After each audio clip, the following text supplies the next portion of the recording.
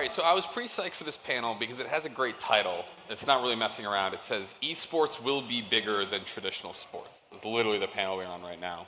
So I wanted to start off asking you guys, all right, assuming that is true, when is that going to happen? Give us a date in your mind when eSports ends up being bigger than traditional sports. Sure. You want to go, Steve? Or? Go ahead. I'll take it. All right. So we were talking about this earlier. I think it actually pretty much already is, right? I mean, you think about the number of people that play games versus the number of the people that play a particular sport, as in like daily life, whether that's as a kid, in high school, college, or later more casually. But also in terms of the number of people that watch. I mean, you think about NFL on a Thursday night is about 7 million people. Twitch has 50 million people that tune in every day. Now, they're not all watching esports, but when there are esports on weekends, big tournaments, there's multiple tournaments, right? More than 7 million people will be tuning in. Now, is it a direct comparison? Maybe not, right? It's global traffic versus a handful of countries that might tune in for the NFL. But there are a lot of people watching this. The latent audience is also in the hundreds of millions. So when you look at apples to apples from a pure audience size perspective, I'd say it's already pretty much closed that gap, if not surpassed it in many cases. Yeah. I mean, from my perspective, I obviously agree with the viewership and engagement in terms of comparing professional sports to esports. But one of the things for me is the actual experience of watching the game and how kind of passionate you get around watching a sport. And that's what lives on. And so when you see that in other professional sports and you're in a stadium and guys have their shirts off and they have the team name painted on their face and all that kind of stuff, well, that happens at events with Team Liquid. And that's what kind of carries on this emotional spirit, and because of that, you're going to see esports continue to grow because it's just such an enjoyable spectator sport. Got it. Yeah. So audience certainly, it's pretty massive and it's global. How does that change the metrics for how you guys measure success? Because you make a good argument. On some level, esports are already bigger than traditional sports, particularly individual sports, when you think about like the NFL. But, I think at the same time, people don't at least think of them that way, and maybe the money is not quite there. So talk to me about some of the metrics you guys are using to try to measure yourself against some of the traditional sports leagues. Yeah, on the team side, so Team Liquid, we earn most of our revenue through sponsorships and partnerships. So like the logos that are on the jersey, and we do campaigns to advertise products and services through digital media on streams or Twitter, Facebook, those kinds of things. I think that those deals are still, at least for a U.S. team, kind of under what would Golden State Warriors sell a sponsorship deal for, but they're pretty substantial. I mean, we're talking over $3 million a year per sponsor to get access to being able to advertise through the team. So that, I think, is doing well. It will catch up. And I think the other piece is media rights. So that's the kind of exclusive license associated with where our content is going to be broadcasted. We have a partnership with Twitch, and so those licenses, and they kind of parallel other professional sports, right? So how much is it going to cost for the NFL to be broadcasted on what network television station, and as well as like what kind of digital platform? And so those prices, I think, are kind of coming closer to what you would expect for esports, but they're just not there yet. Mm. And I think from our perspective as a platform, we think a lot about the platform overall as an hours watched basis. So revenue per hours watched, cost per hours watched. That's really good for us because that's really where most of our costs end up tying to, right? That includes content costs, includes delivery costs, tech costs, bare metal. But then revenue for us is really broad, and I think we want to give creators, whether you're esports leagues, teams, individuals, as much choice and option as possible in terms of how you want to monetize. So there's ads, there's subscriptions, there's virtual goods for donations and other things. But I think from an industry perspective, numbers that I think are correct for esports more broadly to think about is monetization on a per user basis. So there's a bunch of reports out there that do this, and they sort of compare esports monetization on a per monthly unique viewer basis to NBA, NFL. Esports, I think, depending on which report you believe, is between like $2 and $4, and then NBA is like $40, and NFL is like $68, and that's all well and good. But esports really, as an industry, technically has been around for almost 2 decades, but in reality, in terms of it being on like a actually good growth trajectory, a sustainable growth trajectory, it's only been 8 years, right? So also a decent start. I think if the industry could kind of coalesce around hey, let's just think about it from this perspective, and that way, like, all the different revenue streams feed into that mentality really well, it would help. I think it would certainly help. Yeah. Well, I think that dollar per fan is a great metric to show maybe where the biggest gap is. Now, you brought up just now a variety of ways that your team makes money. You guys brought up a variety of ways that Twitch helps monetize. Whereas that's $2 to $3 per person, and you pointed out the leagues are $40 a person. Certainly, that's part of the reason is cable bundle payments, broadcast fees, major advertising. Do you guys see esports heading toward to try to fit into that older model, or are you guys more excited about something like pay-per-view subscriptions, things like that? I'm not super excited about things going towards old models, honestly, in general. But I think, what's great about esports and just this whole live streaming, spectating of games concept in general is it's global. It's free. Anybody can make content for free. Anybody can watch content for free. And there's all these cool monetization mechanisms. It's not like people are making content, throwing it onto a platform like Twitch and being like, oh, there it goes. I'm going to go to do my day job. People are making real money, right? Individuals like Ninja, who was, I think, covered by a lot of media recently, is making millions of dollars a year just streaming from the safety of his own home. And that's like one layer of esports, right? Can you get to the point where the talent, whether they're professional players, commentators, or otherwise celebrities within a game's environment, are they making money? Then can you layer on top organizational structures like tournaments, leagues? Can they make money? Then the game companies can make money, right? So you've got money sort of trickling down from the core thing, which is the game itself, which is unlike traditional sports. Yeah, people buy footballs, people buy basketballs, but really the sport itself is what's driving most of the engine of a sport, the league itself. For us, there's games and there's the creators pushing from the bottom, right? So then there's really interesting opportunities to build layers on top or in between. How do you shove that into a traditional television distribution model? You can't, right? You can't have millions of channels any given moment that are distributed to the world through television. It's structurally impossible. It is logistically impossible. And from a negotiation perspective, good luck, right? Good luck getting globally distributed celebrities and leagues without like a great deal of resources, both from staffing, from time, from negotiation, and money. Sure. And so it's too difficult, I think, to try to shoehorn it back. Well, then, as a team owner, when you hear that, how do you think about the future and think about trying to set up your business in a place where the older model, maybe there is still some money in media rights, but you're having to look at a whole different stack of different opportunities? Yeah. I mean, for Team Liquid, our major opportunities are in the permanent-like positions that we have in the franchises that we participate in. So just like the Golden State Warriors participates in the NBA, Team Liquid participates in the LCS, which is a league run by Riot Games around a game called League of Legends. And so we participate in these leagues, and for the last, we've been around since 2000, so for most of our history, we would just participate for free, right? We would play and we would hopefully win some prize money, but there was no permanent structure. When you're in the NBA and you're Golden State Warriors, you get a share of the media rights, the sponsorships, all of the money that's made on the league level that's split between all the teams. And so for Team Liquid, last year, Riot Games kind of franchised. And that meant all of the money that is made on the league level is going to be shared with the teams. That creates scarcity for us, right? There's only 10 teams in North America that have a position within the LCS franchise. And then you look at other leagues, right? So it's like we have a basketball team and a football team and a soccer team. The analogy would be like a League of Legends team, an Overwatch team, because we have to find that permanent position within each of these franchises. And every game kind of has a shelf life.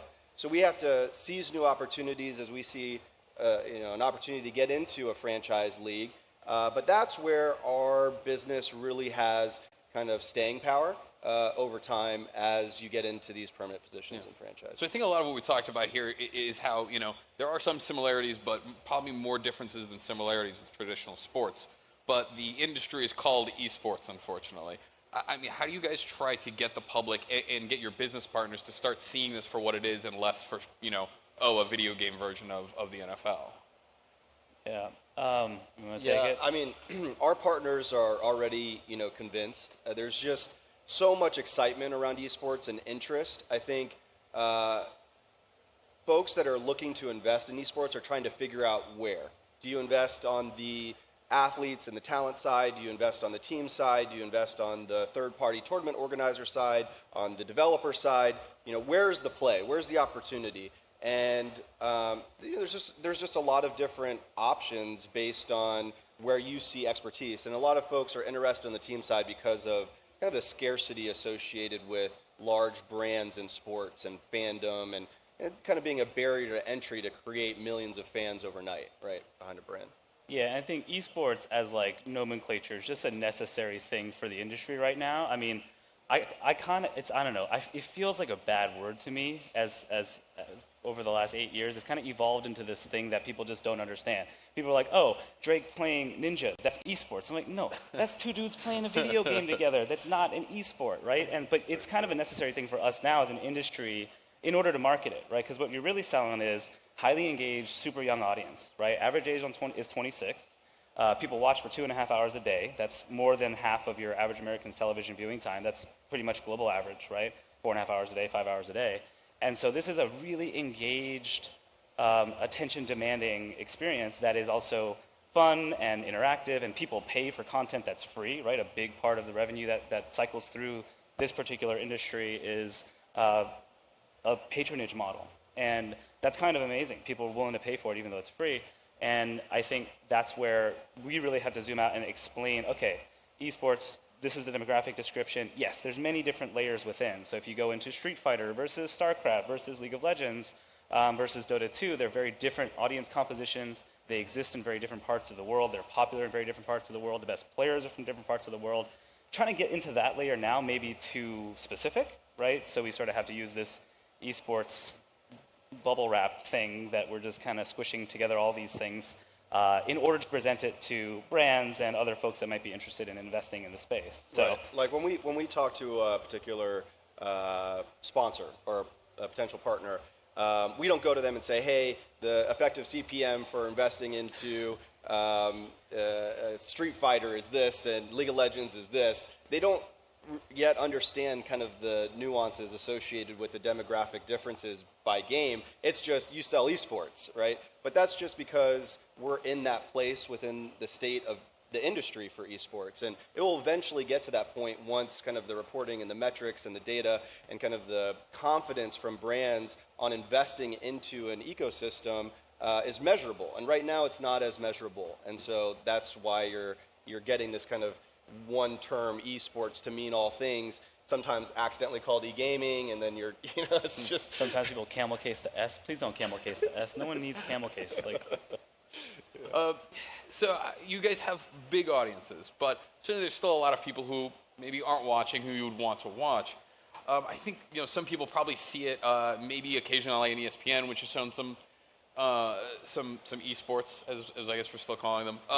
And kind of say like, ugh, I don't know what that is. Whereas, casual fans will watch football, they'll watch baseball, they'll watch basketball. Talk to me about what kind of investment you're seeing on the consumer side to try to get casual fans. Is that something you're even interested in? Yeah, I mean, I think, look, despite what I said earlier about sort of trying to shoehorn what this industry's up to back into traditional media, there's many technical reasons why you can't. That said, folks like Turner, folks like ESPN are trying to present esports in a way that is approachable to the mainstream audience. And that's great, right?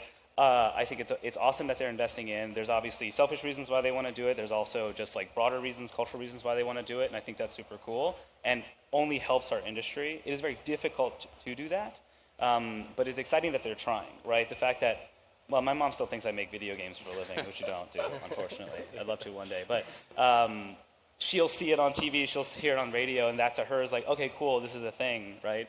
So I think overall that it's good. It's bringing positive attention to something, frankly, that has been stigmatized by media for forever. So I actually wanted to get into that. I think that there's a certain amount of derision with which people look at esports, people playing video games professionally. Is that starting to turn? Is that something you're still confronting on a daily basis? Yeah, I mean, I'm the kind of guy where I grew up excited to go to the computer lab to play Oregon Trail, right? And then I was at the house. My parents would always tell me to get off the freaking computer. And, over time, the stigma associated with, like, gamers has been pizza boxes and basements and Pale and all that kind of stuff. And, to a certain population within, let's just say, the U.S., that's still the case. But what's actually happening is that these esports athletes, they're coming into Team Liquid, they're 17 years old, they just graduated high school, they start their day, they're working with their mental coach, their sports psychologist, they're going into scrims, there's a head coach, strategic coach, there's a chef on site where they're cooking all their meals, we're monitoring all their nutrition, we're making sure they go to bed at a certain time. There's like a real regimented training practice with professionals in a training facility where these guys work, right? And for anybody that kind of doesn't really understand, they're like, oh my God, you just called him an athlete. That's kind of crazy. Like, that's what's happening, right? And as soon as those athletes kind of break through and make these insane plays, then it kind of gets into the more mainstream audience from my perspective. Like, one of the most watched clips was this guy named Phoenix who did this quadra kill on Azir. And it's just like those moments that kind of break through and say, wow, this was a real special sign of intelligence or competitiveness, a special game moment, where you kind of last hit the nexus at the very end of the game. Those are the kind of the things where people kind of tune in and are able to digest and say, oh, wow, this is a little different than the stigma associated with what I grew up on. Yeah, and I think what's really cool, I mean, like you look at esports athletes as one subset of what's going on. They're incredibly popular on social media. And if you really look, they have way higher engagement than traditional celebrities. Like a traditional celebrity might have 60 million Instagram followers or whatever. But if you look at proportionally how many followers of a pro player, like I'll use Myth as an example, he's this amazing Fortnite player, has like roughly 1 million, but every one of his pictures gets like 200, 300,000 likes. That's insanely high engagement, and that speaks to the depth of relationship that people have with people in gaming. And I think there's multiple reasons for that, not least of which are like, it's finally becoming a thing. It's finally okay to play games and talk about it publicly. Like we have people that stream from, let's say, the hip-hop industry, rap industry, that said, look, when we were growing up in our careers, we were specifically told by our managers, don't talk about video games, it's not cool. And now they're all over it. They're all over it, which is great, and it just shows. Like, can you imagine having to hide a hobby, like hide a passion? Like, that's what gamers kind of had to do for a really long time. You had to play somewhat secretively. It was a shunned experience. It wasn't described as social. So that's all come into play now, which is like I think one of the most exciting things that's happening in gaming today. Awesome. Yeah, and I think there's some things that you can professional sports, other professional sports can learn from esports, and that is the connection between athletes and their fans. It's just unparalleled in esports, the engagement around being able to watch a streamer and be an entertainer and chat with him and talk with him. That doesn't exist. You can't just have Curry sit in his driveway and set up a camera and like live chat with his fans, and that just doesn't happen. So that's what's really special in esports. Yeah. All right, they're flashing red, so I gotta get my buzzword fulfillment in. VR. Where is it in esports? Nowhere. Not right now. No, esports is complicated enough as it is. Like, don't add other complicated things to it, please. Yeah, not yet. Maybe one It's a day. possibility. Yeah. Good enough. Both industries had to figure themselves out. All right, thanks both of you guys. I think this was great. Appreciate it. Jason. Thanks. Have fun, everybody.